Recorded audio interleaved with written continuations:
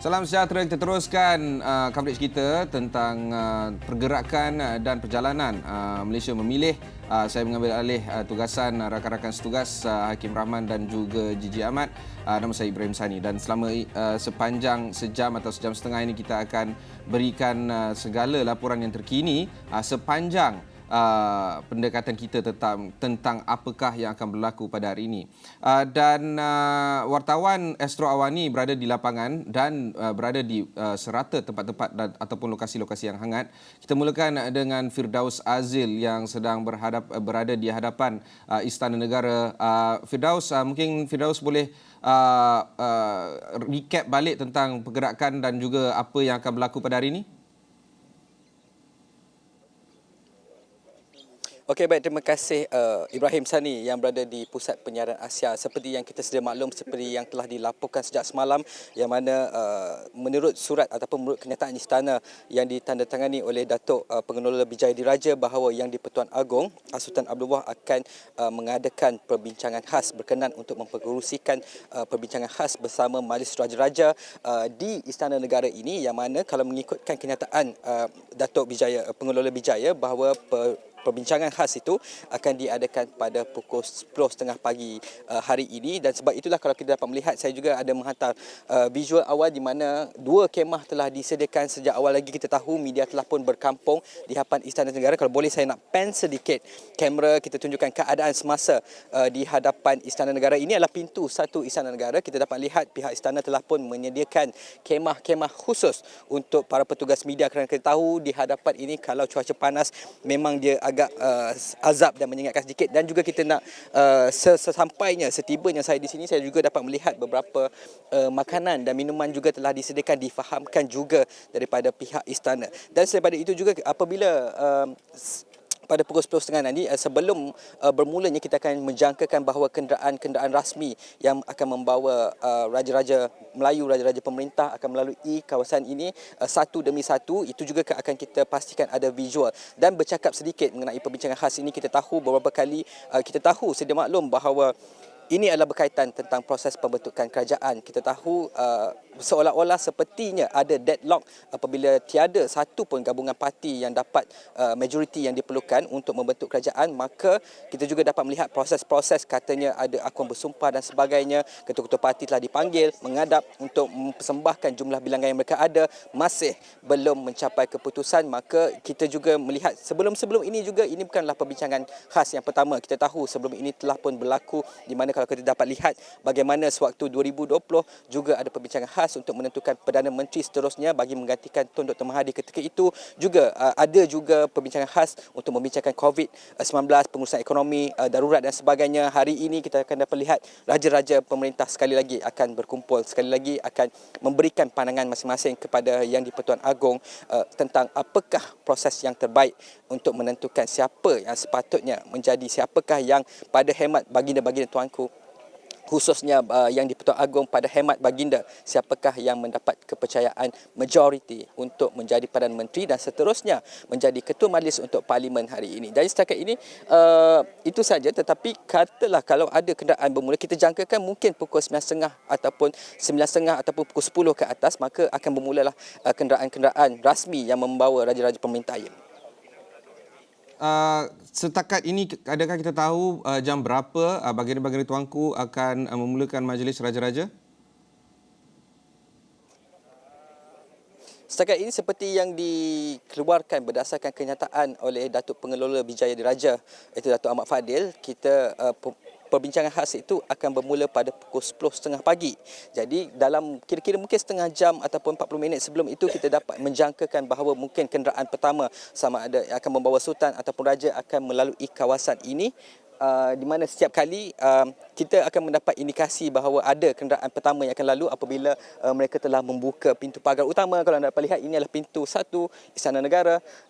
Kalau sudah tibanya kenderaan pertama, maka mereka akan membuka gate, dan juga akan ada, kalau tak salah saya, kalau kita berdasarkan pengalaman-pengalaman lepas, akan ada seperti perbarisan anggota penguasa akan berjaga di sini. Tapi setakat ini kita dapat lihat penguatkuasa ataupun anggota polis di sini masih belum ada, tetapi di bawah sana itu juga kita dapat lihat kemah khas yang disediakan untuk anggota-anggota polis yang bertugas hari ini. Tapi kita jangka seperti menjawab soalan IM, 10.30 perbincangan khas itu akan bermula.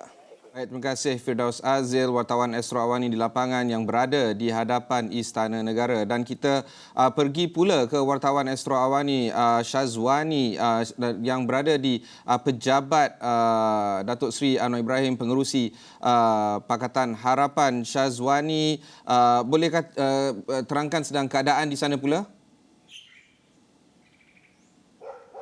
Okey, baik. Terima kasih Ibrahim Sani. Betul, seperti yang Ibrahim Sani katakan, saya kini berada di hadapan Pejabat Pengerusi PH Datuk Seri Anwar Ibrahim untuk membawakan sekiranya ada pergerakan keluar dan masuk. Kenapa kita nak bawakan perkembangan pergerakan keluar dan masuk itu adalah pastinya kita nak melihat sekiranya ada apa-apa kenyataan yang akan dikeluarkan oleh calon Perdana Menteri itu. Kita tahu ketika ini it's a waiting game. Siapa yang bakal menjadi Perdana Menteri itu yang menjadi tanda tanya. Tapi sebelum saya nak ceritakan apa agaknya situasi ketika ini pada pagi ini, saya nak recap sedikit apa yang berlaku semalam yang dibawakan oleh rakan-rakan setugas yang berada di hadapan Pejabat Datuk Seri Anwar Ibrahim ini. Mereka menyatakan semalam reaksi yang dikeluarkan oleh Datuk Seri Anwar Ibrahim ketika beliau keluar, beliau menyatakan beliau nak pergi tengok wayang. Kemudian apabila beliau nak masuk dan juga keluar kembali, beliau sempat mengedarkan popcorn kepada rakan-rakan media. Jadi adakah ini satu petanda ataupun masih lagi menjadi persoalan yang mana sekiranya ketika ini adakah itu menjadi perbualan, adakah itu yang menjadi perbualan yang mana adakah ketika ini apa yang berlaku ini, pergolakan ketika ini yang masih lagi menjadi wayang, itulah yang menjadi perkara yang menarik untuk kita lihat hari ini. Okey, selain daripada itu, selain daripada kenyataan yang dikeluarkan oleh Datuk Seri Anwar Ibrahim semalam di kediaman mereka, Datuk Seri Dr. Wan Azizah juga yang merupakan pengerusi penasihat Parti Keadilan Rakyat juga ditanya oleh pihak media lah ketika beliau keluar daripada kediaman mereka di Sungai Long. Media bertanyakan ke mana destinasi seterusnya. Beliau menyatakan semalam ada pergi melihat salah seorang ahli AMK, kemudian ditanyakan juga berkenaan dengan pemilihan calon Perdana Menteri ini. Dr. Wan Azizah menyatakan it's a waiting game. Jadi itulah yang kita nantikan ketika ini. Tumpuan juga terarah ke Istana Negara seperti yang rakan setugas saya kongsikan, Firdaus Azil, mesyuarat perbincangan khas Raja-Raja Melayu berhubung dengan proses pembentukan kerajaan. Okey, saya nak bawakan juga kepada anda apa agaknya keadaan ketika ini di hadapan pejabat Datuk Seri Anwar Ibrahim ini. Kalau Istana Negara dah ada kemah di pintu 1 itu, di hadapan pejabat juga sudah ada kemah yang didirikan untuk petugas media. Kalau jurukamera saya Abang Ruzi boleh tunjukkan, sudah ada pun rakan-rakan media yang berada di sini yang setia menanti berkampung di sini untuk membawakan walaupun sedikit kenyataan yang dibawakan oleh Datuk Seri Anwar Ibrahim. Itu yang menjadi tumpuan kami. Pastinya selepas selesai mesyuarat Raja-Raja, pastinya mungkin kita nantikanlah ada kenyataan susulan yang dikeluarkan oleh pemimpin-pemimpin parti politik. Sebab itulah kami berkampung di sini untuk terus bawakan kepada anda kenyataan langsung tersebut. Ibrahim Sani. Siti Nur Syazwani Saiful Syam yang sedang berada di hadapan ataupun perkarangan pejabat Datuk Seri Anwar Ibrahim. Dan dari pejabat satu calon Perdana Menteri, kita pergi ke satu calon lagi Perdana Menteri yang mungkin akan mengeluarkan kenyataan. Apa pula cerita dari kediaman pengerusi Perikatan Nasional Tan Sri Muhyiddin Yassin di Damansara? Rakan setugas Rahimah Abdullah ada laporannya. Silakan Ima.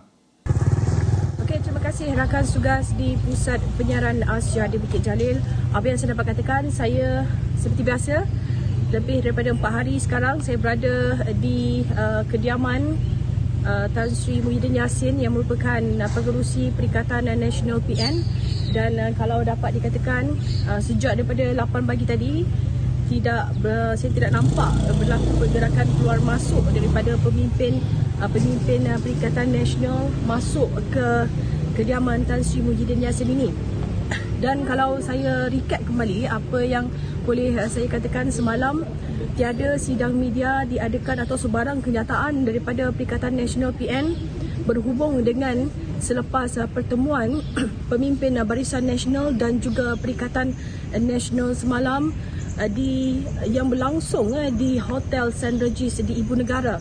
Dan semalam kalau kita imbas kembali, pengerusi PN Tan Sri Muhyiddin Yassin telah bergerak keluar daripada kediamannya untuk ke Hotel St. Regis berkenaan dan dipercayai menaiki kenderaan bersama Setiausaha Agungnya Datuk Seri Hamzah Zainuddin untuk bertemu dengan pemimpin Barisan Nasional bagi membincangkan situasi politik yang melanda gabungan parti berkenaan dan bagaimana bentuk kerjasama boleh dilakukan dalam usaha Perikatan Nasional memperoleh majoriti bagi membentuk kerajaan persekutuan. Dan kalau kita tengok sebelum ini, pihak Istana Negara telah memanggil 30 ahli Parlimen Barisan Nasional BN susulan daripada kedua-dua gabungan parti, baik daripada Perikatan Nasional PM dan juga gabungan parti Pakatan Harapan PH. Kedua-duanya tidak memperoleh majoriti dan Barisan Nasional adalah penentu kepada mana gabungan parti yang mampu memperoleh majoriti dan membentuk kerajaan.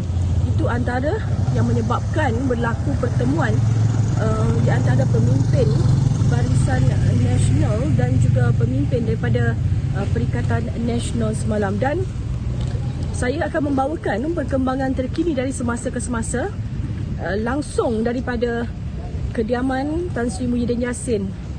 Jadi teruskan bersama Astro Awani. Silakan. Terima kasih Ima yang berada di perkarangan kediaman Tan Sri Muhyiddin Yassin, pengerusi Perikatan Nasional.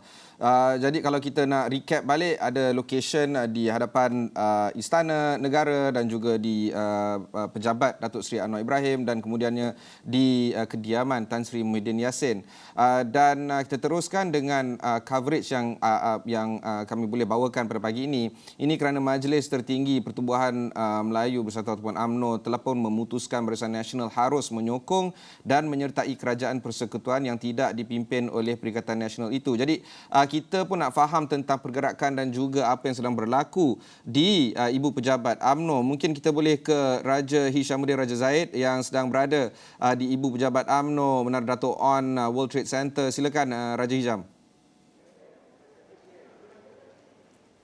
Baik Im, terima kasih Im di Bukit Jalil. Seperti mana yang kita ketahui, setelah hiruk pikuk dan segala apa yang berlaku sejak semalam, sekali lagi Ibu Pejabat UMNO di Menara Dato' On di WTC KL ini menjadi tumpuan para media. Kerana dijangkakan sekitar jam 10 pagi nanti akan berlangsungnya mesyuarat Dewan Tertinggi Barisan Nasional membabitkan semua parti komponen mereka, iaitu termasuklah UMNO, MIC dan MCA. Dan tujuannya tumpuan ataupun fokus agenda yang akan media fokuskan termasuklah surat usul tak percaya terhadap Presiden ataupun pengerusi Barisan Nasional Datuk Seri Ahmad Zahid Hamidi, dan tentunya akan menjadi topik hangat untuk diperkatakan hari ini membabitkan barisan gabungan Barisan Nasional. Dan ketika ini, ketika setelah kita berada di sini lebih kurang sejam, tiada lagi kelipat mana-mana pemimpin tertinggi Barisan Nasional setakat jam 9.21 ini. Walaupun mesyuarat tersebut setakat ini dijangkakan pukul 10, kita tidak ketahui mungkin kemungkinan itu mungkin akan berlaku atau tidak. Tetapi setakat ini, ketika sejak saya berada di sini, belum lagi kelihatan mana-mana pemimpin daripada pimpinan tertinggi Barisan Nasional, dan hanya seperti biasa rakan-rakan media yang lain memenuhi ruang legar di Menara Dato' On ini. Ada beberapa perkara saya nak hold dekat sini, King. Pertama adalah mesyuarat Majlis Tertinggi pun telah berakhir 1 pagi semalam, dan kenyataan-kenyataan yang dikeluarkan oleh pemimpin UMNO memang sangat menarik. Antaranya Datuk Seri Azalina Aziz menyatakan bahawa jadi kerajaan perpaduan bukan bermakna jual prinsip parti. Puan Zarkashi pula menyatakan bahawa kerajaan Perak dan Pahang adalah clue terbaik dalam pembentukan kerajaan persekutuan. Dan juga ada laporan menyatakan bahawa Datuk Seri Hishamuddin kemudian ditawar jawatan PM itu tidak benar, itu fake news sebenarnya. Jadi banyak yang sedang berlaku di antara pemimpin-pemimpin UMNO. Mungkin semua masih lagi merehatkan diri setelah mesyuarat di lewat pagi tadi. Adakah kita boleh jangkakan wujudnya satu perjumpaan sekali lagi di Menara Dato' On dalam jangka masa terdekat ini, ataupun mungkin benda ini akan berlaku pada petang nanti? Kalau kita turuti naratif yang berlaku membabitkan Barisan Nasional, daripada awal kita telah menyedari bahawa adanya kepelbagaian pandangan dan juga terhadap sokongan yang diberikan. Kita mendengar beberapa laporan sebelum ini, sokongan dan juga keterbukaan Hishamuddin untuk menarik diri daripada berbanding daripada menyokong Pakatan Harapan dan sebagainya. Tapi apa yang berlaku semalam juga agak mengubah naratif kehadapan ini. Tetapi walau bagaimanapun, isu-isu membabitkan, kita tahu UMNO dan juga Barisan Nasional daripada awal membuat ketetapan bahawa Nur Anwar, Nur DAP, dan ketika ini dinamika politik itu agak berubah, dan tentunya di dalam barisan kepimpinan di kalangan pemimpin Barisan Nasional itu sendiri mempunyai pendapat yang berbeza.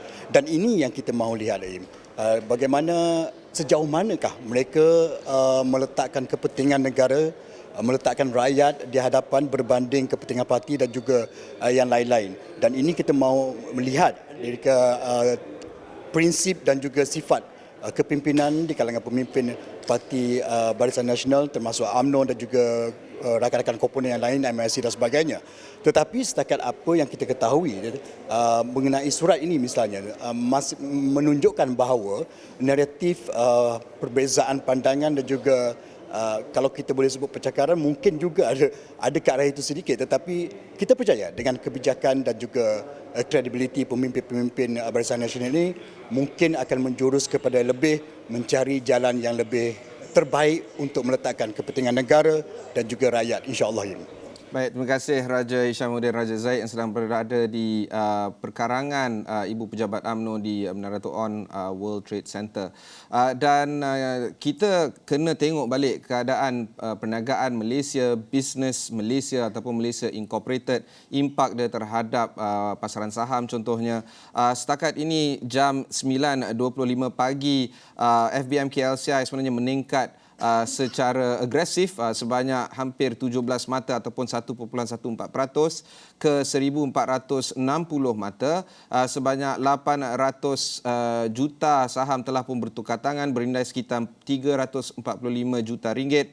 371 kaunter sedang menikmati keadaan green situation ataupun meningkat dari harganya, manakala 133 saham sedang susut. Dan disebabkan ini, kita pun nak tengok macam mana kemelut politik ini menjejas impak perniagaan bukan sahaja di pasaran saham ataupun di main board ataupun companies yang listed di Bursa Malaysia. Kita nak tengok juga tentang implikasinya terhadap perusahaan kecil dan sederhana ataupun PKS mahupun mikro PKS dan impak yang sewaktu dengannya. Di studio bersama saya pada pagi ini adalah dua saudara yang sangat familiar dengan situasi keadaan perniagaan di Malaysia. Wan Dazrik, iaitu Ketua Pegawai Eksekutif Ethis Malaysia, dan juga Datuk Dr. Rais Husin, Ketua Pegawai Eksekutif dan juga Presiden Emir Research. Mungkin kita boleh mulakan dengan Dr. Rais. Kita nak tengok tentang kemelut politik ini yang telah pun memasuki hari keempat bekerja. Rata-rata rakyat Malaysia mula-mula berjenaka tentang bila cuti. But it's no longer a joke. It's really a situation where ramai rakyat Malaysia, terutamanya pekerja di Malaysia, tidak mampu untuk memberikan fokus yang baik terhadap kerja mereka hanya semata-mata kerana inginkan kemelut politik ini menjejaki kesudahannya, mempunyai noktah yang terbaik. Dr. Rais. Okey, dalam keadaan hang parlimen ni, kita perlu memberi ruang masa untuk semua player di dalam cuba mendapati satu keputusan yang akan menguatkan dan memberi laluan yang bagus untuk negara. Hang parlimen ni adalah bukan fenomena yang baru. Hang parlimen ni telah pun berlaku di Malaysia on the state assembly level.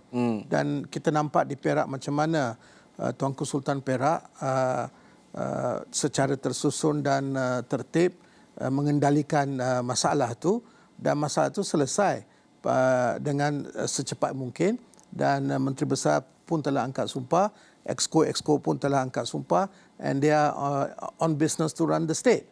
Now, kalau kita lihat kepada apa yang berlaku di sekitar atau secara global, Canada adalah minority government, dan begitu juga banyak kerajaan-kerajaan including New Zealand. Saya sebut Canada dengan New Zealand sebab kerajaan-kerajaan ini adalah kerajaan-kerajaan yang successful dalam mentadbir urus negara, particularly New Zealand dan juga Canada, dan juga Scandinavian countries. Sebab apa mereka boleh berlaku pentadbiran yang bagus dan semua itu secara transparent, secara telus, oleh kerana mereka mempunyai institusi-institusi negara yang begitu foolproof. Buatlah apa yang berlaku kepada politik, the business side will go through. Sama juga kalau kita lihat kepada negara Jepun, kita nampak pada masa suatu ketika dulu, banyak Perdana Menteri Jepun ni dia bertukar dalam jangka masa yang pendek. Tetapi ekonominya is not affected. Dan juga Thailand serupa begitu. Dalam setahun kadang-kadang ada 2 Perdana Menteri. So sebab mengapa mereka boleh berlaku dalam keadaan begitu? So hang parliament is a fact of life. Kita kena accept. Tinggal lagi di Malaysia, business dan ekonomi sektor ni banyak interrelated to the political masters. That is very unfortunate. Kita nampak study daripada C4 dan juga Professor Terence clearly outlining di mana dia menunjukkan bagaimana interrelatedness between the politics or politician dengan business and economy. Mungkin kita kena for the future lah look at it and macam mana kita nak recalibrate the going forward. Kalau kita lihat kepada simptom-simptom political instability, bila orang business, you tanya orang business, what is one of the three most important thing? 3 perkara penting dalam menentukan kamu akan membuat pelaburan dan begitu. Mereka akan mengatakan dalam konteks Malaysia, sebab the interrelatedness between politics and business, dia akan kata political instability number 1. Number 2, political instability. Number 3, political instability. Sebab apa?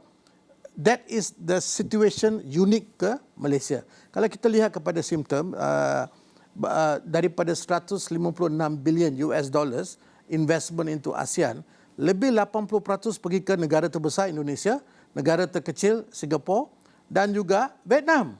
Malaysia ketinggalan. We only got about 5%, 7.8 billion. So banyak syarikat-syarikat besar sudah mula tidak lagi datang ke Malaysia. I'll just give you one example yang we missed the boat because of something called cabotage policy, di mana kita tidak mempunyai kapal yang berkebolehan untuk membuat repair, baik pulih fiber cable, marine fiber cable, dan kita remove the cabotage policy for that. Lepas tu oleh satu pentadbiran yang dulu, kemudian pentadbiran lagi satu datang, impose balik. Then what happens? Walaupun surat banyak pergi kepada pejabat Perdana Menteri, kepada Menteri Komunikasi dan Multimedia dan Sains dan semua, akhirnya keputusan untuk tidak meneruskan apa yang telah dibuat kerajaan yang dahulu, maknanya inconsistent policy. Okay, let's talk about inconsistent policy, Dr. Rais. Kalau kita boleh upkan visual yang berada di iPad sekarang ni, kita nak tunjuk tentang statement yang dikeluarkan oleh Ahli Majlis Tertinggi, Dr. Puat Zakashi. Beliau menyatakan bahawa, okey, kali pertama kita buat mesyuarat sampai 1 pagi, hampir semua bercakap dan sebagainya. BN akan menyertai kerajaan perpaduan atau apa-apa bentuk lain. UMNO akan buat keputusan demi negara setelah mengambil nasihat Duli Yang Maha Mulia yang di Pertuan Agong, dan yang bawah tu sangat menarik. Penubuhan kerajaan Perak dan Pahang adalah clue terbaik. Sudah tentu bukan Perikatan Nasional. UMNO akan turun ke bawah untuk beri penjelasan, dan MIC, MCA juga mesti terima kenyataan ini. Ayuh rakyat Malaysia moving on dan sebagainya. Okey, fine. So, adakah ini menggambarkan ataupun memberi satu situasi di mana antara perkara yang dibincangkan di Majlis Tertinggi UMNO pada malam semalam termasuk topik Perdana Menteri yang akan datang daripada Barisan Nasional, dan apakah implikasinya jika ia terjadi begitu? adakah cabotage policy akan kembali contohnya? Adakah dasar-dasar lain yang sangat konsisten dengan pentadbiran Datuk Seri Ismail Sabri akan kembali? Apa pandangan Dr. Ais? Saya berpendapat begini. Kita tahu coalition yang paling banyak dapat kerusi adalah Pakatan Harapan. Kalau kita ikut Convention Westminster, mereka lah perlu dipanggil untuk cuba menubuhkan kerajaan. Dan kalau gagal, dan kemudiannya kepada koalisi yang mempunyai kerusi terbanyak paling kedua ya. So begitu dia punya turutan. Saya rasa Sultan Perak, Tunku Sultan Perak cukup bijaksana dalam hal ini dan telah mempraktikkan dalam keadaan itu. Kalau kita sebut tentang apa yang disebut oleh Puan Zarkashi tadi, mengenai siapa akan jadi Perdana Menteri, kita kena lihat kepada Westminster Convention. We have to see that carefully. Yeah. Jangan kita cherry pick saja. But saya lebih suka bercakap tentang polisi yang konsisten. Untuk perniagaan, untuk ini, the ecosystem must be consistent. Kalau tidak ada konsistensi, maknanya business people will be dia ada risiko dia sendiri. Dia kena mitigate risiko dia sendiri. Kalau kita tidak mempunyai polisi yang konsisten, yang friendly kepada business environment, kita tidak dapat attract foreign direct investment yang berkualiti. Jangan no more that low quality FDI. We want high quality FDI. Dan juga even domestic investment pun akan turun. So what happens? Kita tahu tahun 2023 that is coming, 1/3 of the global economy will be under deep recession. Deep recession maknanya recession yang betul-betul deep. Dan Malaysia is one of them. So we cannot waste time. We need to, but having said that, ada juga negara-negara yang mempunyai hang parlimen mengambil masa. Ada one country for instance macam Angela Merkel, Jerman, dia mengambil masa agak lama. It's not about wasting time. It's about trying to manage situation to build a stable government. Correct. Okey, tapi janganlah melengahkan masa sampai satu situasi di mana tak ada kerajaan sampai sebegitu lama. Mungkin kita boleh pergi ke Wan Dazrik. Keadaan di industri tech terutamanya dan juga di industri PKS, mereka nampak gaya masih lagi berjalan lancar, tetapi rata-rata saya baru je cabut paku daripada tayar saya semalam lepas buat live ni, drive balik rumah, ada problem dengan tayar. Sembang dengan workshop punya foreman tu, dia kata memang dia continue business as usual tetapi boleh dikatakan distracted. Okay, so daripada segi PKS dan juga industri tech dan sebagainya, distraction seems to be the the name of the day. Wan Dazrik boleh ulahkan? Ya, boleh. I think thank you Ibrahim, and I also echo juga lah apa Dr. Rais mention tadi, sebab ada dua dimensi di sini. Pertamanya the distraction, what I call the short term distraction lah. I think to a point nanti banyak rakyat Malaysia, whether pengusaha, consumer dan sebagainya akan have this fatigue. Kalau kita tak solve this hang parliament situation in due course, I think we still go perjalanan hidup seperti biasa kan, and stuff like that. So that's fine. Cumanya betul lah, I think it's unresolved, and itu adalah sedikit anxious for Malaysians to go through life. Tapi yang more importantly, and berbalik pada what Dr. mentioned tadi, is actually with regards to the long term, with regards to policy consistency tadi itulah. Bukannya apa, I think as what kita bincang tadi, I think the deep recession will come to play. Regardless siapa is the parliament, whether it's a unity parliament dan sebagainya, kita mesti have leadership yang mempunyai foresight when it comes to people first. And kenapa saya kata begitu? Sebab saya rasa, sebagai contoh tadi, macam pemerintah lama, banyak projek besar yang major seperti East Railway Coast, MRT3, JB Singapore Railway sebagainya. I think that should take its place and continue walaupun dalam pemerintahan baru. Kenapa saya kata begitu? Sebab Malaysia kita tahu 98% komposisi bisnes adalah PMKS. Mereka juga, golongan PMKS ni juga also be affected with these big projects.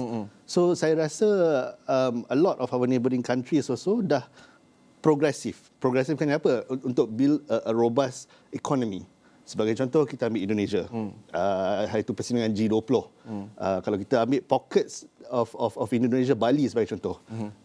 Yang a bit progresif. Kalau dulunya policy dia is on triple S of the sea, the sun and the sand. Right? They pivoted. Walaupun industri Bali ni banyak industri tourism, but they pivoted into the triple S to the sustainability, serenity and spirituality.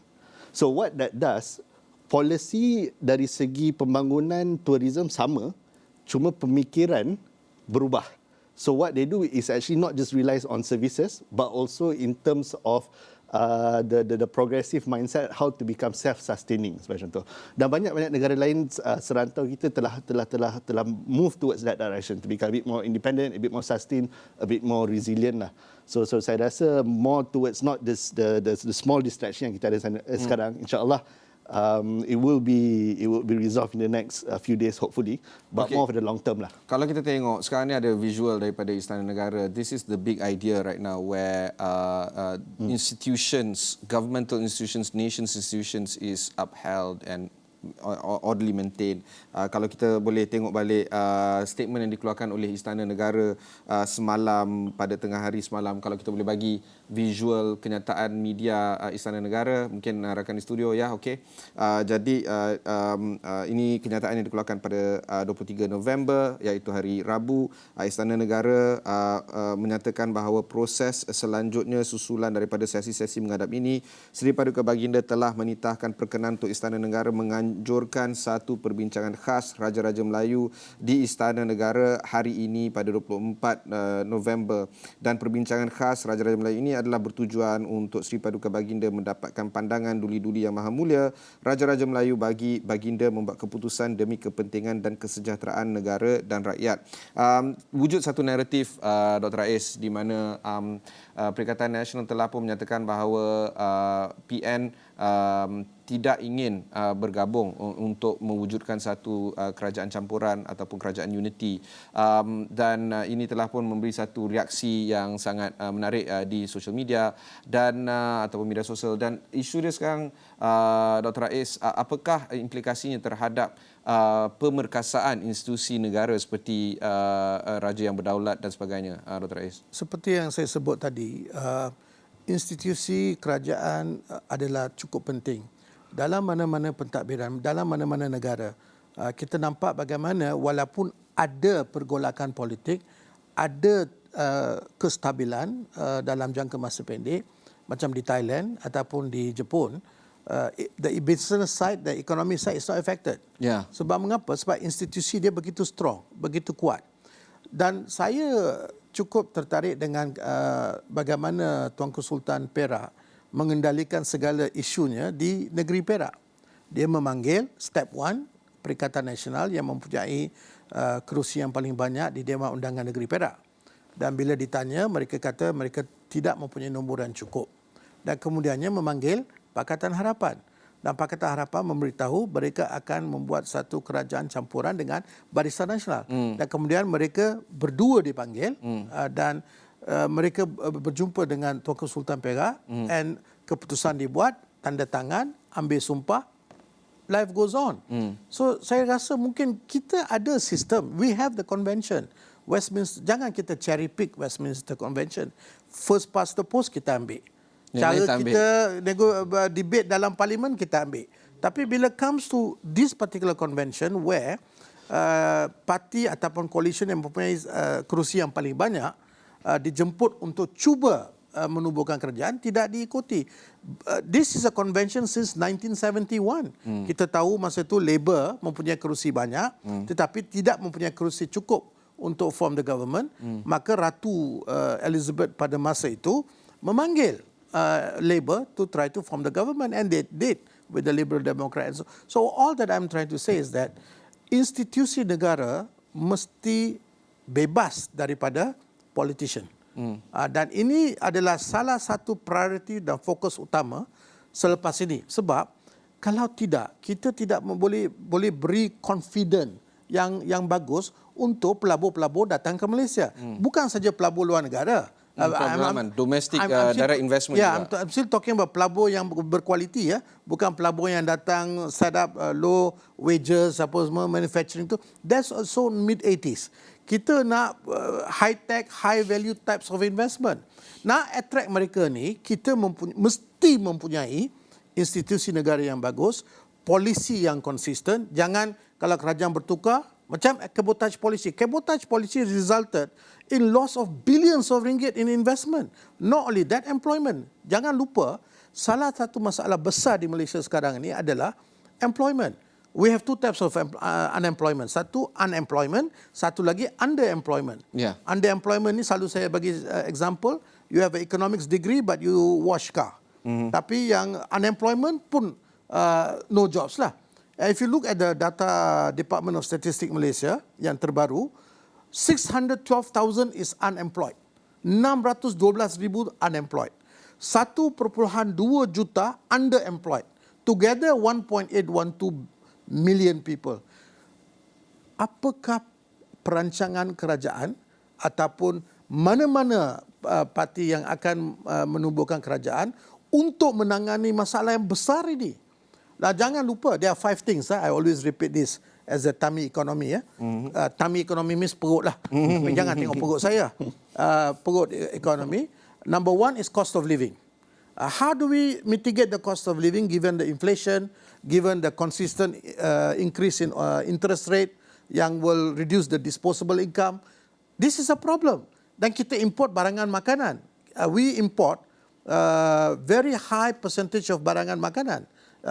Macam daging 85%, dairy product 98%. This will affect. So how are we going to mitigate cost of living? Yeah. What is going to be the affordable and quality healthcare? What will be the affordable and quality education system? Okey, kalau kita boleh ambil visual yang sekarang ni ada di kaca TV sekarang ni, visual dia menunjukkan unemployment rate Malaysia. Seperti mana kita tahu, ada 600 ataupun 600 ribu lebih yang unemployed, dan tetapi trend dia menurun. Dan ini tidak menggambarkan underemployment. Selalu saya apabila baca data daripada Jabatan Statistik Malaysia ataupun DOSM, Department of Statistics Malaysia, unemployment is one thing, underemployment is another. And one thing that leads to this is, of course, say for instance, gig economy that perpetuates underemployment. That's how I take it. Itu yang dari segi pemahaman saya. Mungkin Wan Dazrik boleh kongsikan tentang pendapat dua benda. Satu adalah tentang isu underemployment dan juga unemployment. Apakah dasar-dasar yang diinginkan oleh industri, dan juga apakah pendapat Wan Dazrik tentang isu institusi bukan saja negara raja, tetapi our statutory bodies, Bank Negara, Securities Commission dan sebagainya. Apakah implikasinya terhadap pentingnya untuk menjaga the independence of these institutions, Dazrik? I think on the first issue berkenaan dengan pekerjaan ataupun employment or employability tadi, I agree. I think tak kisah. I think whether it's the BN, PN or PH manifesto ada ambil kepentingan dari segi pekerjaan. And this is not so much so about the macam what you mentioned, Ibrahim, not so much so about the numbers of employability, but rather the empowerment of I call it talent lah. So di mana golongan-golongan muda maupun golongan-golongan yang nak berumur pun, we want to make them to participate in the economy still. Jadi banyak latihan ataupun I call it the empowerment initiatives lah. Ada yang mention about standard or minimum wage pay. Ada juga yang mention about latihan digital dan sebagainya. So that's good. So I don't think mana-mana form of government daripada perpaduan kerajaan ke PN, PH, I think yang tu akan diangkat. So that's fine. But yang kedua, balik pada sama seperti mana Datuk Dr. mention, I think ada kena-mengena dengan investor sentiment. So kalau negara kita dalam keadaan sebegini, in a prolonged situation, I think the holding pattern, what that means is actually banyak investors akan hold and wait, tengok macam mana, dan baru dia aggressively labur ataupun divest. that's a critical scenario sebab kita tahu Malaysia, walaupun telah diwar-warkan dulu, where we try to become the forefront of halal economy macam tu, digital economy juga in rantau Asia Tenggara dan sebagainya. But with all of this conundrum we're facing, a lot of sentiments juga compromise. Di mana banyak investors say, okay, maybe I should hold and wait before I invest. Tak kisahlah, PMKS, startup negara, we want to build unicorns dan sebagainya. But the capital is not coming in just because of the confidence. Teruskan. Yeah. Which means also sama juga daripada institusi kerajaan tadi, BNM, SC dan sebagainya. They are all also reacting to what the current climate or market condition is, because nak push for new policy, kita tak tahu lagi siapa pemerintah, apa advocacy ataupun hala tuju yang akan diwawarkan ke hadapan oleh this new government, whatever that may look like. So I like to think at this point of time, banyak tak kisah whether it's investors, institusi kerajaan, private sectors are having this holding pattern. Hold and wait, look and see what happens. But that's where I think a lot of our potential would be stagnant for a while. And I think this is kalau terlanjur lama benda ni, I think it's going to be quite detrimental for us as a nation and also Malaysians lah. Satu lagi, Dr. Rais, in terms of consistency of policy, ramai yang menyatakan bahawa tidak kira siapa yang akan menjadi Perdana Menteri, dasar dia mungkin akan berubah secara dramatik, sama ada Perikatan Nasional maupun Pakatan Harapan. I'm just saying the two yang obvious, maybe there are more, who knows, right? The Constitution says one individual amongst 222, 221 that can command the majority. Because of this, Dr. Rais, adakah pelabur akan meneruskan sikap wait and see seperti mana Wan Dazrik dah sebutkan? By the way, that's not his opinion actually. There's a lot of analyst report yang menyatakan wait and see. Where do you see the consistency or the changes or reform of policy needs to come into play, Dr. Rais? I think selepas 2018 di mana Pakatan Harapan membentuk kerajaan, kita nampak a lot of positives. We saw the CPI, corruption index tu turun. And this actually galvanized and membawa masuk FDI dan juga pelaburan dalaman dan luaran. Lepas tu berlakulah what I will say the government by backdoor darkroom negotiation of SDs kan. Dan benda ni sedang berlaku hingga hari ini. Yeah. Walaupun kita mempunyai anti-hopping law. Ada pula sekarang ini menyoal tentang anti-hopping law dan mencari lubang ataupun loopholes untuk mengatasi masalah anti-hopping law. Sebenarnya kalau seorang-seorang politik itu betul-betul sincere, jujur dan amanah, mereka melihat kepada maqasid anti-hopping law adalah untuk menidakkan ahli parlimen bergerak daripada satu parti ke parti lain dan menjatuhkan kerajaan. So this is the initial objective of the anti-hopping law. Tapi sekarang ni kita nampak mereka ni mula dah mencari lubang, how to resolve and see what they can do. Balik kepada consistency of the policy. Kalau saya ada mengingatkan pada masa itu, 2018, do not the initial euphoria make you to do things out of the box too excessively, then you have a reaction from the majority. So saya dah bagi tahu dah. So saya berpendapat begini. Kalau kita lihat selepas insya-Allah kerajaan ditubuhkan, saya harap kerajaan itu akan fokus kepada ekonomi. Saya harap yang lima itulah, yang tami ekonomi itu. Dan keduanya, fokus immediately on reforming the institution. This is very critical, very important. Pelabur-pelabur perlu kepada satu keadaan di mana institusi ini bebas daripada campur tangan politik. This is very critical. I think if you don't do this, let's take the digital economy. Tadi my brother talked about digital economy. If we look at the transaction on the platform, dia ada 3 platform yang very popular di Malaysia. Shopee, Alibaba, ada lagi satu apa? Lazada. Ketiga-tiga ni dia punya ownership kebanyakannya foreign owners, and lebih 82% transaksi jual beli berlaku di 3 platform ini. Maknanya our money is going out of the country. Yalah, ada yang kata dalam platform Lazada ataupun Alibaba ataupun Shopee ini ada juga barangan Malaysia. Tapi barangan Malaysia kita letak katakan pemetik kuku RM3.50. Tapi ada barangan pemetik kuku daripada China, bukan saja pemetik kuku, dia boleh buat 5-6 perkara lain. Harganya RM2. Mana satu you akan beli? So we are becoming a digital kunta kinte. Maknanya telah di colonize lagi.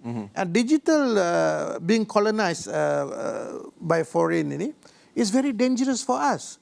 So that's why kita perlukan kepada polisi yang ni this cabotage policy ni really made me very upset. And it's evident that it has made you upset. Because you know why? Amazon, tapi Dr. Rais, all the big companies, they decided not to come to Malaysia. Dia pergi ke Indonesia. For the record, Singapura. Ahli Parlimen yang terbabit menang kembali. Pelik.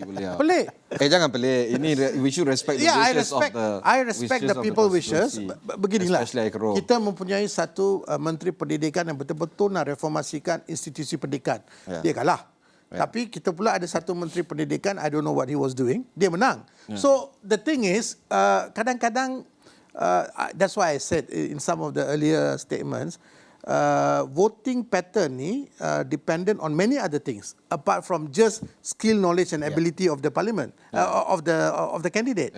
Ada juga unsur-unsur yang lain, seumpamanya TikTok, yang boleh social media yang boleh mempengaruhi pola ataupun cara seseorang tu vote. That's another role that we need to talk about. But buat masa ni kita akan beri sedikit perkembangan yang sedang berlaku di hadapan Istana Negara. Laporan yang telah dikemukakan oleh ataupun diberikan oleh wartawan Astro Awani Firdaus Azil.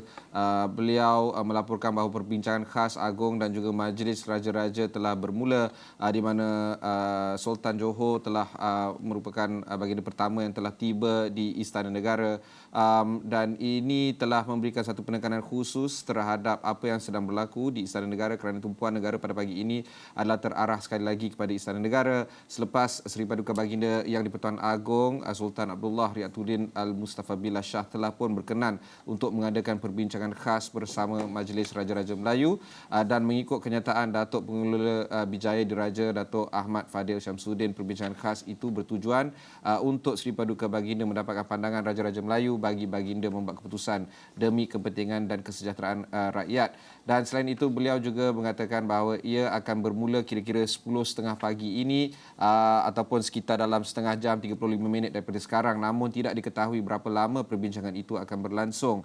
Sementara itu, kenderaan rasmi yang membawa Sultan Johor, Sultan Ibrahim Iskandar, pertama sekali tiba di pintu 1 Istana Negara sekitar 9.40 pagi tadi. Visual yang kita bawakan sebentar tadi adalah dari pintu 2 dan juga pintu lain-lain di Istana Negara. So teruskan bersama kami untuk isu ini. Okey, kita teruskan perbincangan kita tentang idea yang sedang berlaku di pasaran saham, kerana it's a bit interesting.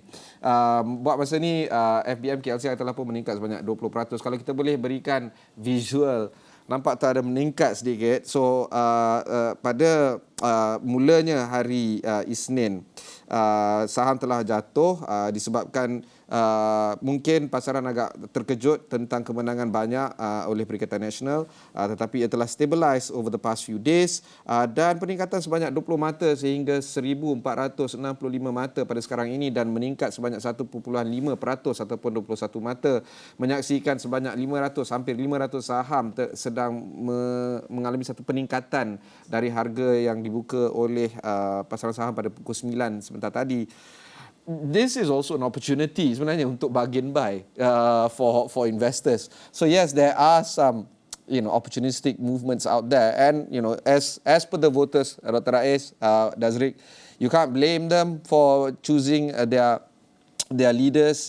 There's a lot of leaders that some of us would think they are good, but they lost.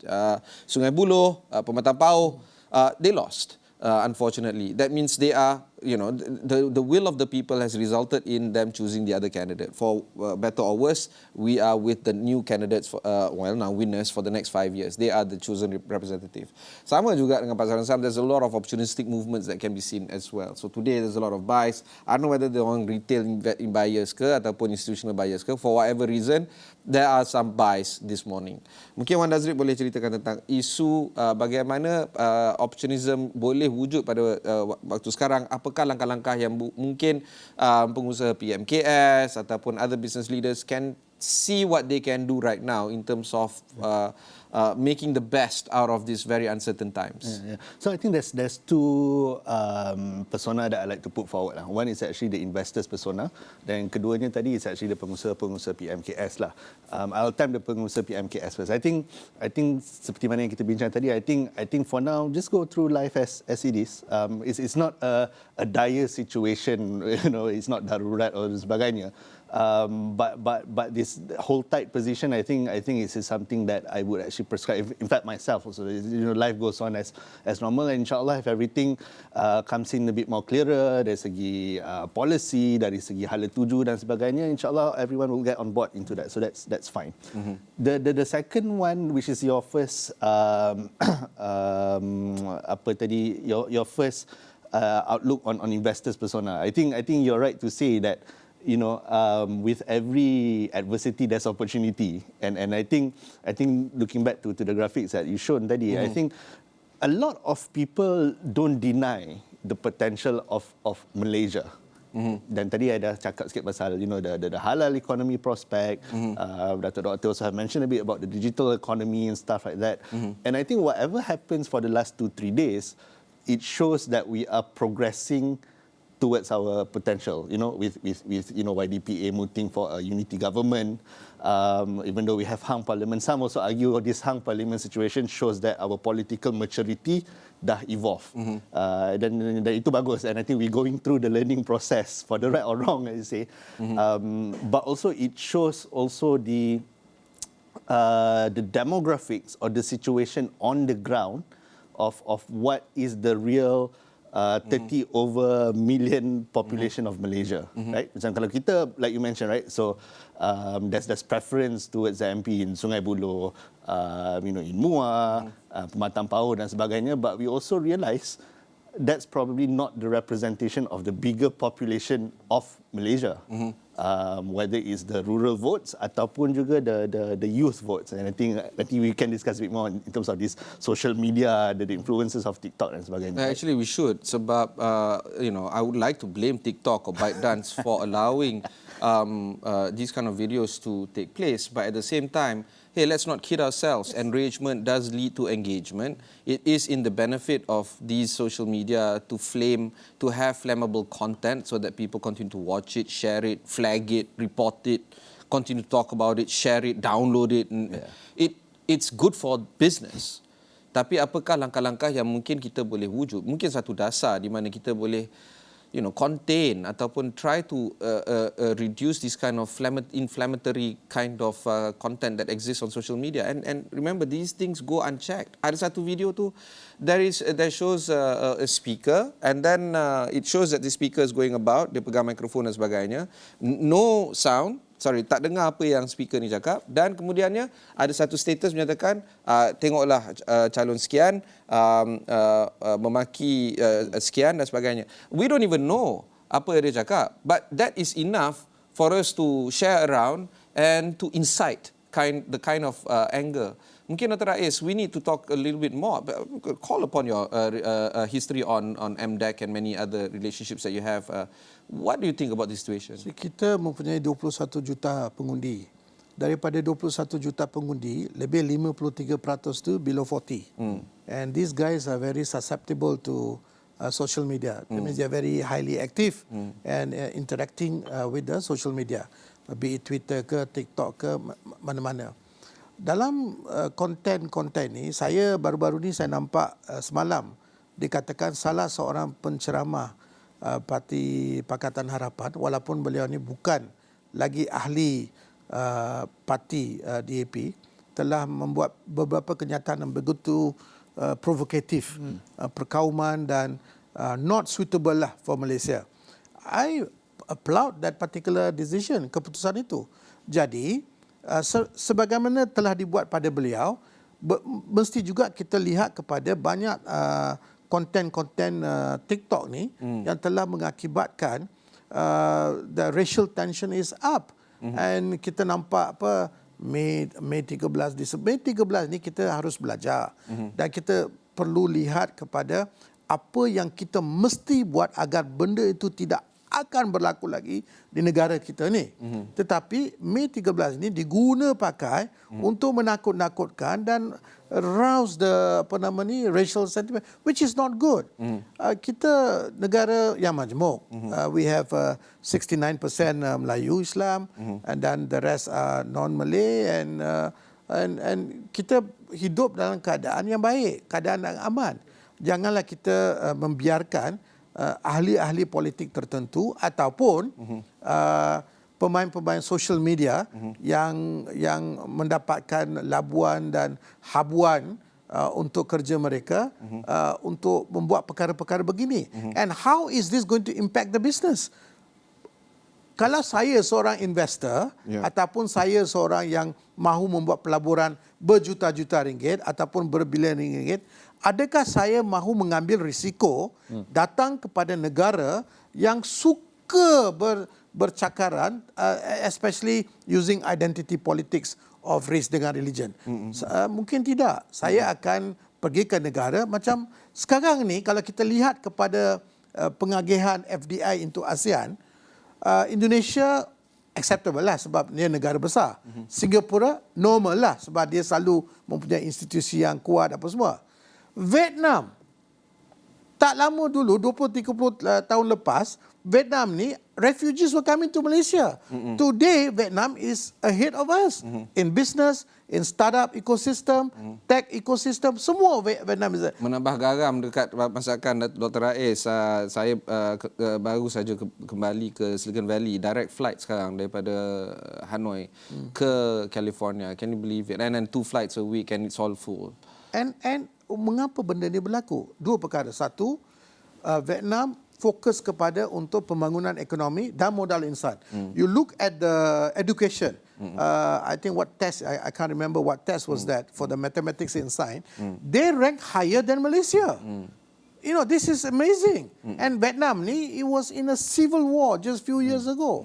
Sebabnya mereka telah membuat keputusan bahawa trajectory bergaduh, bermusuhan dan sebagainya tidak akan membawa faedah kepada sesiapa. So they work what is best for the many. Cuba tengok kereta mereka. They have that Vinca whatever, ICA, completely ICA. Sekarang ini membuat production dan manufacturing bukan saja di Vietnam, malah di US dan mempunyai pasaran yang besar di US. Mengapa boleh benda berlaku? Padahal kita pada masa suatu ketika dulu, anda Pakatan Harapan, ada satu menteri itu bercakap pasal kereta terbang. So this is the problem.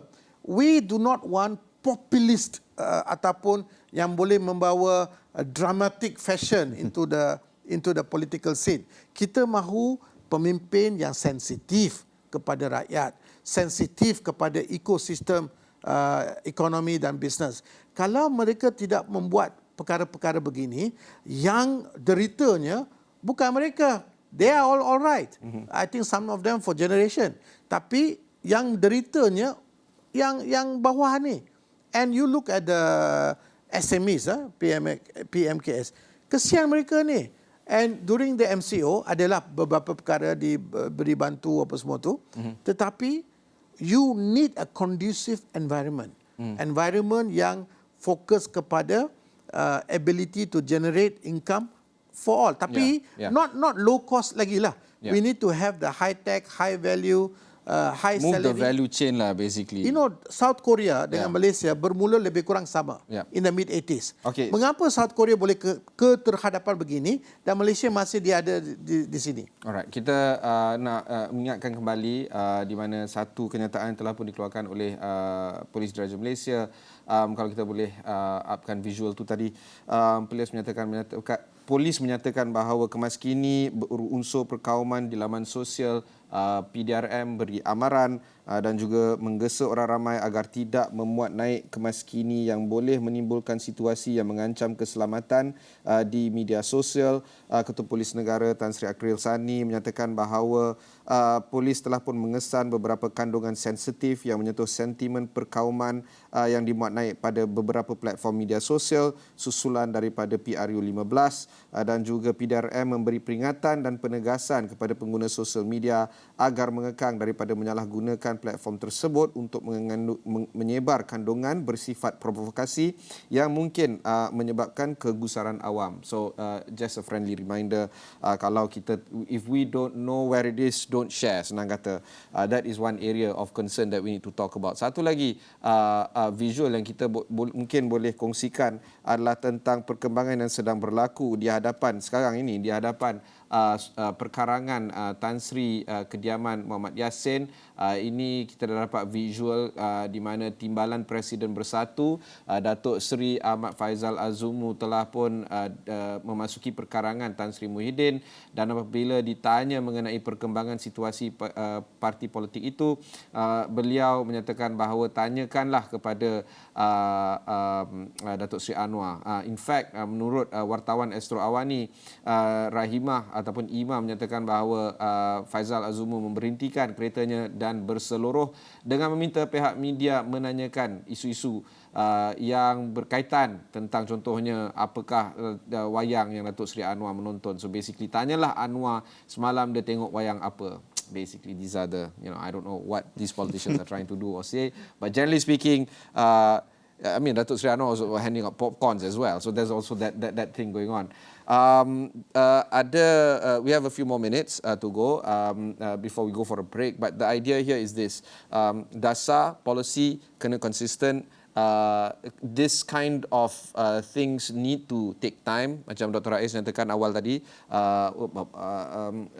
hang parliament isn't new, but at the same time we have to get used to it, that we cannot let this go on. Tapi pada masa sama we need to take time to find the right solution because of all these uncertainties. Mungkin Wan Dazrik boleh kongsikan tentang apakah ciri-ciri yang patut kita lihat dari segi business point of view. Where do you see business leaders are looking at the signals or indication in terms of things are moving? Adakah contohnya perjumpaan Majlis Raja-Raja yang akan berlangsung dalam 20 minit lagi adalah satu indikatif yang positif untuk memberi satu signal kepada industri perniagaan di mana mereka lebih attentive, okay, this is progress, this is progression, ataupun is this more of the hurdles or uncertainty that is involved? Where do you think the signals are coming from? I think since ni kita dah hari keempat kan. I think since day hari one. keempat hari bekerja. Hari keempat bekerja. Hari kelima lepas PRU. So that's a long time. Ing pun dah habis.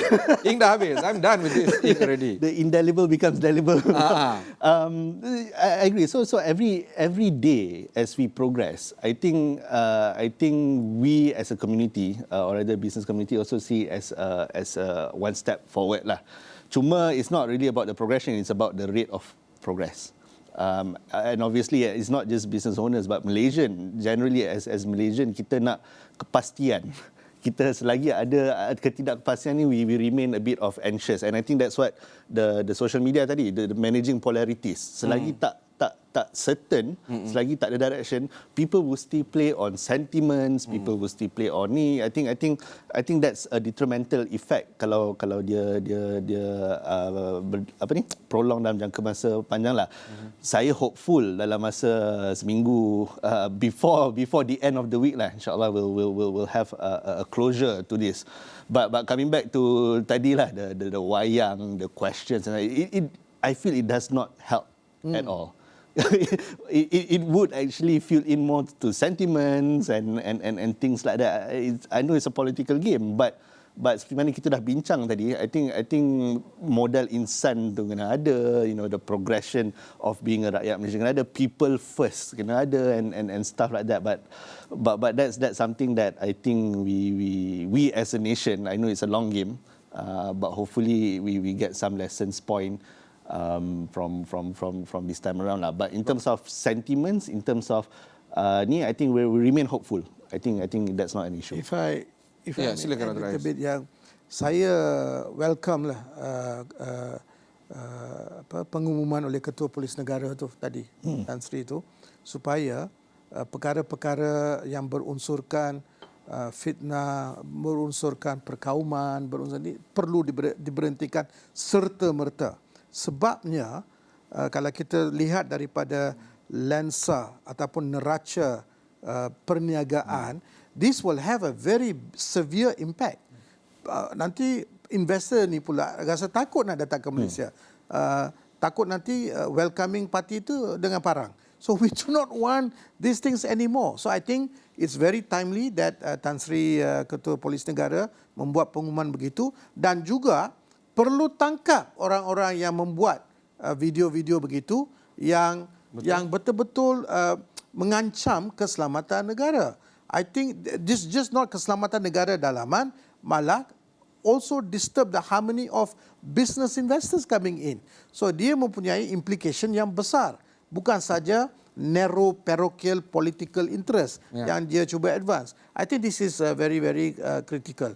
And saya betul-betul berterima kasih sebab Ketua Polis Negara ni begitu tegas dalam perkara ini, dan saya rasa dan saya berharap agar orang-orang yang menggunakan ras ataupun perkauman untuk tujuan yang begitu perlu ditangkap dan disiasat, supaya, dan juga konten-konten dalam TikTok ataupun Twitter ataupun mana-mana social media perlulah diturunkan.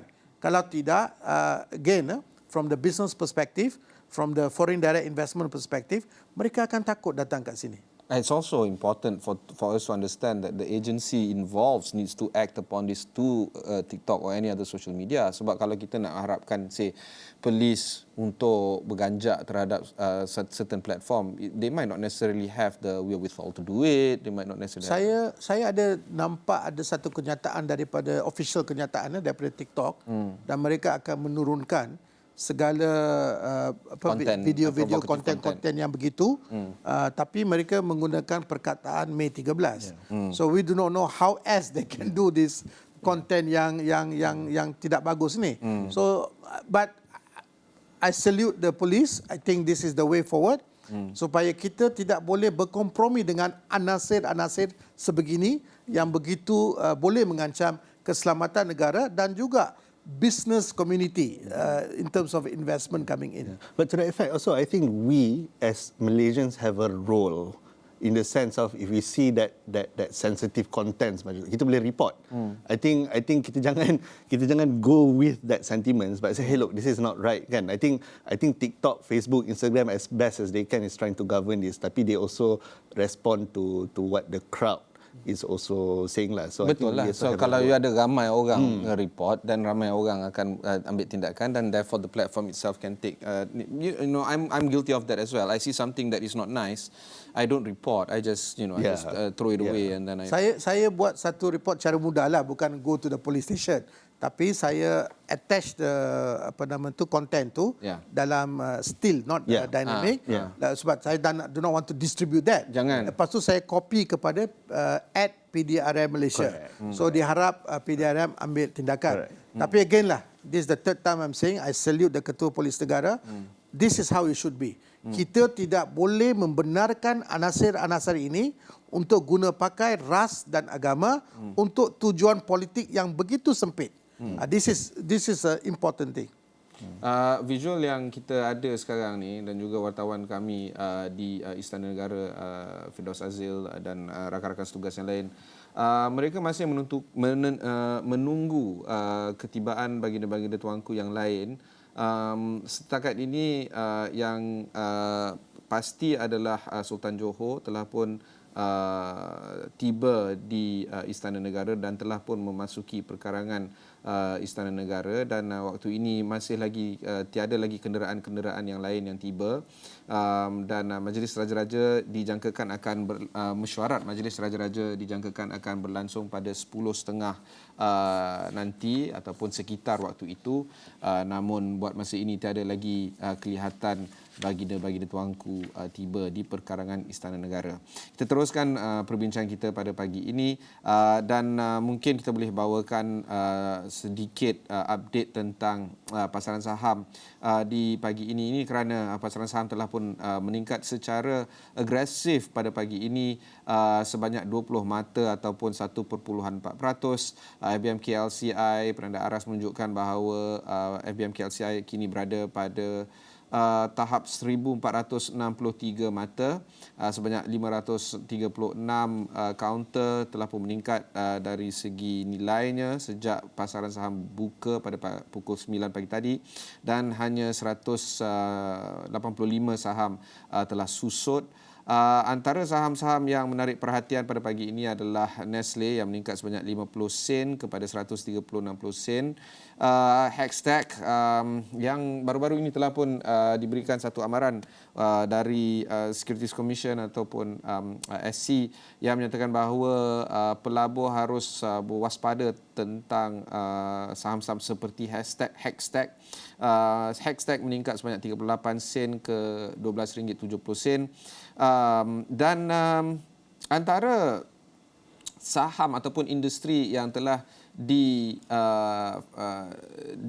diflagkan sebagai industri yang mungkin akan mendapat reaksi negatif terhadap pelaburan yang dikemukakan oleh RHB Investment dan juga CGS CIMB, breweries ataupun syarikat-syarikat pembotolan minuman keras mungkin akan ada satu reaksi negatif, tetapi Carlsberg pada pagi ini meningkat sebanyak 34 sen kepada RM22.34, dan juga Magnum juga telah melihat satu peningkatan sebanyak 9 sen ke RM1.38. Genting pula telah meningkat sebanyak 13 sen ataupun RM4.34.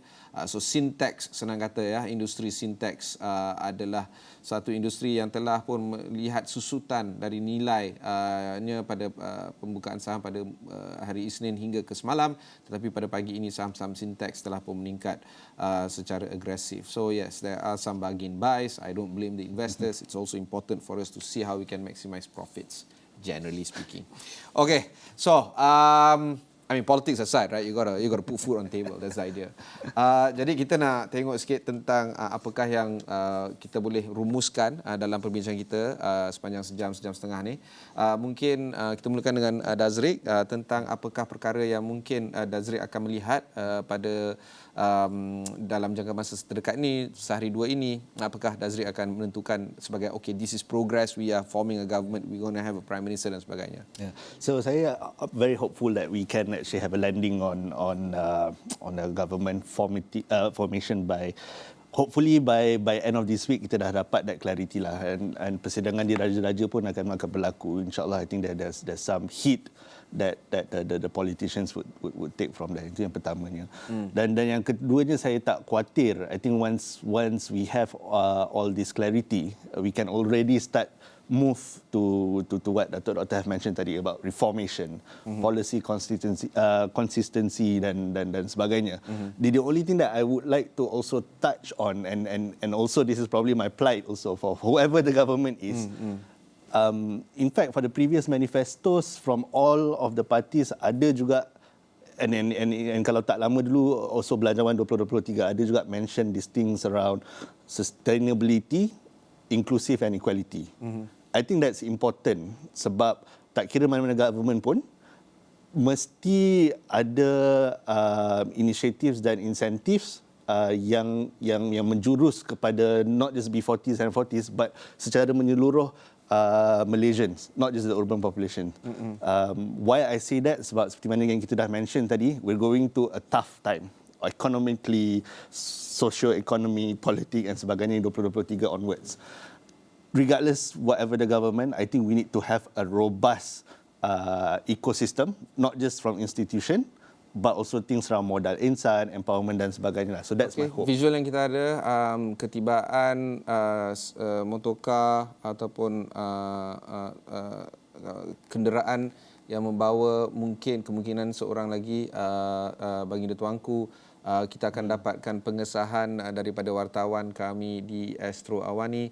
Ini merupakan ketibaan Baginda Tuanku yang kedua selepas Sultan Ibrahim, Sultan Johor, yang telah pun tiba di perkarangan Istana Negara pada sekitar jam 9.40.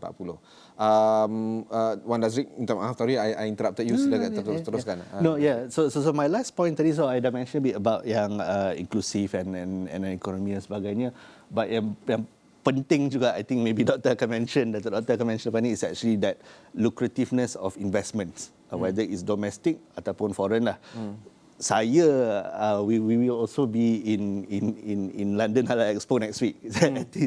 So I can already imagine the kind of questions the UK investors, foreign investors will ask, not specifically on ETIS, but also ada kena-mengena dengan Malaysia, dengan and how we will actually go through this whole situation lah. So kalau kita tahu that framework kan, I think Dr. tadi mention about TAMI, I like to prescribe into the STEP model lah kan. The society kita dah ada, the STEP. Teknologi, alhamdulillah, I think we had a good ecosystem players, startups, infrastructure, government institution dah ada. Economy is something yang ada kesinambungan kena mengena dengan political situation now lah. So I hope dalam masa jangka terdekat ni, the P of the STEP, we can have better clarity, then everyone will just go on with their lives with it lah. Okey, pengesahan yang kita dapat daripada wartawan Astro Awani, Firdaus Azil, yang berada di perkarangan Istana Negara adalah kenderaan yang kedua telah pun mendapat pengesahan bahawa kenderaan berikut adalah membawa pemangku Raja Pahang, pemangku Raja Pahang yang mungkin akan mewakili negeri Pahang. Itu adalah antara perkembangan yang kita boleh bawakan pada pagi ini. Dan sebelum kita menjurus kepada Dr. Rais, kita ingin memastikan bahawa life still goes on, but not so much of life still on politics. Kita bawa berita ini, pusat penamaan calon Parlimen Padang Serai dan juga DUN telah pun dibuka. Seperti mana kita tahu, Suruhanjaya Pilihan Raya telah pun menetapkan bahawa pusat penamaan calon PRU ke-15 bagi Parlimen Padang Serai, Kedah dan juga Dewan Undangan Negeri Tioman telah dibuka pada jam 9 pagi tadi. Bagi Padang Serai, pusat penamaan calon di Kompleks Sukan Kulim High Tech Park di Kulim, manakala di Tioman adalah Dewan Jubli Perak Sultan Haji Ahmad Shah di Rompen, dan kedua-dua pusat itu akan dibuka sehingga 10 pagi. Calon-calon yang sah dinamakan bagi kedua-dua kerusi itu perlu hadir sekali lagi di pusat penamaan calon untuk tujuan cabutan undi, menentukan giliran pada kertas undi, manakala calon baru perlu menyerahkan kertas penamaan calon masing-masing. SPR telah menetapkan hari pengundian pada 7 Disember dan pengundian awal pada 3 Disember dengan tempoh berkempen selama 13 hari selepas pengisytiharan calon pada 12 malam tarikh 6 Disember. Dan PRU 15 di kedua-dua kawasan itu ditangguhkan berikutan kematian calon yang telah sah bertanding, iaitu Mendiang M. Karupaya yang mewakili PH. Beliau juga merupakan incumbent bagi kerusi parlimen itu, dan juga Allahyarham Muhammad Yunus Ramli daripada Perikatan Nasional yang telah pun sah bertanding, tetapi Allahyarham telah pun meninggal dunia pada pagi hari bertanding, hari pengundian pada 19 Disember itu. Itu untuk kerusi DUN Tioman. Dan berikut adalah antara perkembangan yang kita boleh bawakan tentang situasi yang akan dibawakan untuk setakat ini tentang perkembangan yang berlaku pada DUN Tioman dan juga Parlimen Padang Serai.